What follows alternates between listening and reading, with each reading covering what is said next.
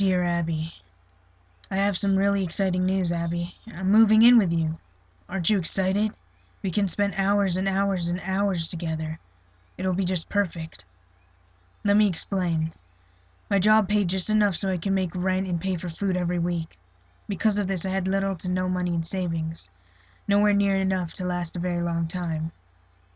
When you take that money flow away, it doesn't take very much time until you have nothing left. I was able to get by for a few days, but just today I got evicted. This could actually be better than I had originally thought. I wouldn't be surprised if that guy that gave me your room number had been able to contact the police by now. This way they won't be able to find me, and we get to spend all the time in the world together. It's perfect, isn't it? I made sure to bring all my tapes and photos I've taken with me, though. And my cameras, of course. You should really tell whoever is managing your apartment complex to get better staff. I was able to get by security easily. I went up to your room and knocked on the door, but I got no answer, so I decided to get in by other means. After scanning the footage I took from last night over a few times, I noticed you have a ventilation shaft in the corner of your room. Not surprising considering how hot it can get in the summer here. I figured there had to be some kind of maintenance hatch that I could get in through.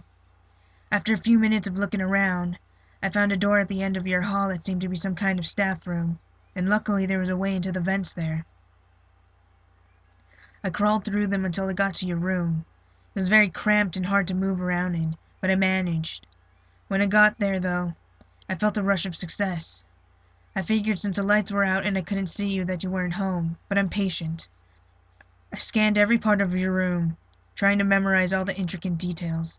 Your scent overwhelmed me as I sat there. I had caught it briefly during the 2 times I saw you at the store, but never this strong. It was mesmerizing. I couldn't quite place my finger on it, but it reminded me of something. It was almost like peaches. I sat there hunched over for a few hours, though I've taught myself to be extremely patient. I can sit completely motionless for hours at a time, not moving a muscle. No one was going to notice me. Then you finally got home. I felt a wide smile form on my face the second I heard the door open. There you were, my love. Of course you took no notice to my presence. The light in your room seemed to be angled perfectly so you couldn't see anything in the vent after the first few inches. I tried to contain my excitement, but I started breathing very heavily. I tried to cover it up as best as I could, but it was hard. You suddenly looked right at the vent. I went completely silent. After a few seconds, though, you seemed to lose interest. This made me smile. This was the perfect spot. I could tell I had startled you, though. All throughout the night you were turning over in your sleep to look at the vent. People seem to have a sense for when they're being watched. It can send them into complete panic. Don't try to fake it, Abby. I can tell when someone's awake. When someone's truly scared, sleep becomes impossible. Why are you so scared anyways? It's just me. Why would I scare you? You do love me, right?